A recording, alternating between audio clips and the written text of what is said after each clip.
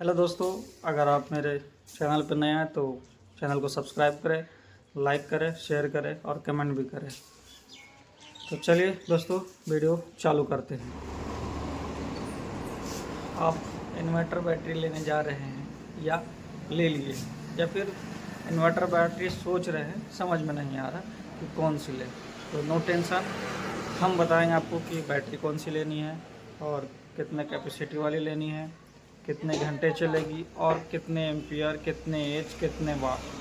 तो चलिए वीडियो शुरू करते हैं। दोस्तों, अगर आप बैटरी ले रहे हैं इन्वर्टर बैटरी के लिए, तो आपको सबसे पहले ये देखना है कि मेरे घर में कितना लोड है या फिर हम कितना चलाना चाहते हैं। जैसे किसी के घर में 4 पंखे, 2 टीवी, 1 टीवी रहता है, तो हम नॉर्मली एक सेट लेके चलते हैं कि 2 पंखे, 1 टीवी और 10 बल्ब।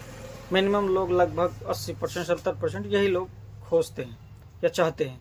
तो चलिए हम उसका वाट निकालेंगे कि जो मेरा लोड है वो कितना वाट चलेगा इन्वर्टर बैटरी से और कितने घंटे चलेगा।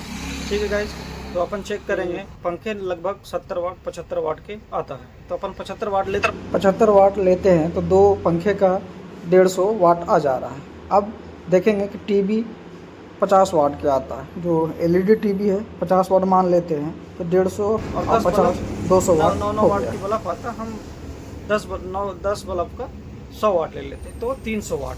तो जो मेरा लोड है वो 300 वाट इन्वर्टर बैटरी से चलेगा। तो आपको ये देखना है कि 1.5 एम्पियर जो एच बैटरी लगाएंगे वो कितने घंटे चलेगा 300 वाट में, और कितने देरी चलेगा और कौन सी बैटरी में चलेगा।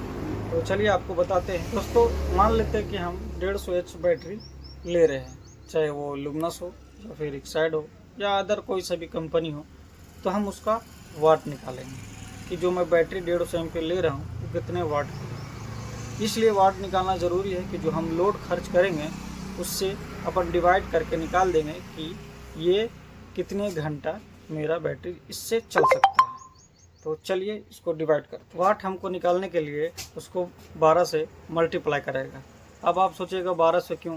क्योंकि सिंगल बैटरी, चाहे वो कितने एच का भी हो, सिंगल बैटरी 12 वोल्ट ही कहलाता है। अगर 24 बोल सकते हैं या 36 बोल सकते हैं, तो जब 2 बैटरी होगा तभी 24 होगा, 3 बैटरी होगा तभी 36 होगा। सिंगल बैटरी 12 वोल्ट की होती है। तो हम 150 एच को 12 वोल्ट से मल्टीप्लाई करेंगे। मल्टीप्लाई करने के बाद मेरा निकलेगा 1800 वाट।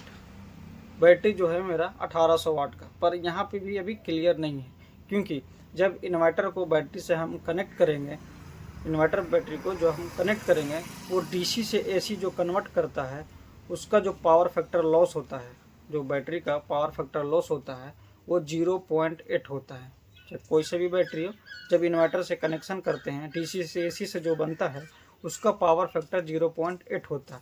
तो अपने को 150 H into multiply 12 and multiply 0.8 यही करना है। तो इसको करने से मेरा निकलेगा 1440 वाट।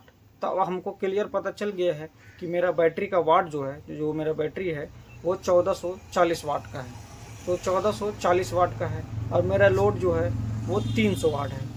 तो अब मेरे को ये देखना है कि जो मैं बैटरी 150 एच की लगा रही हूँ, जो 1440 वाट का है, अब मेरे को 300 वाट यूज करना है। तो अब ये 150 एच कितने घंटे चलेगा, जो मेरी बैटरी है जो हम लिए हैं या लेने जा रहे हैं या लेंगे 150 एच की, वो 300 वाट में कितने घंटा चलेगा, यही करना है मेरे को। और इसके लिए हमको 300 जो 1440 वाट है उसमें डिवाइड करेंगे तो वो मेरा वॉच टाइम निकल जाएगा। तो 300 वाट से हमको 1440 वाट से डिवाइड करने से जो मेरा निकल रहा है वो 4.8 आवर, मतलब 4.8 घंटा मेरा निकल रहा है।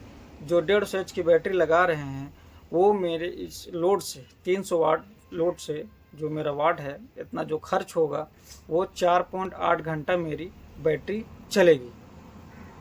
अब हम लोग का तो ये पता चल गया है कि 150 एच बैटरी से इतने लोड का मेरे को कितना समय तक चलेगा। तो आप इसमें ये भी कर सकते हैं, अगर आप 200 एम्पियर ले सकते हैं तो इसी फॉर्मेट से आप 150 की जगह 200 से मल्टीप्लाई कर सकते हैं। अगर आप लोड बढ़ाना चाहते हैं तो लोड भी बढ़ा सकते हैं। अब लोड बढ़ाने के बाद आप इसको वॉच टाइम निकाल लीजिएगा कि कितने वॉच टाइम मेरा निकल रहा है इतने लोड से।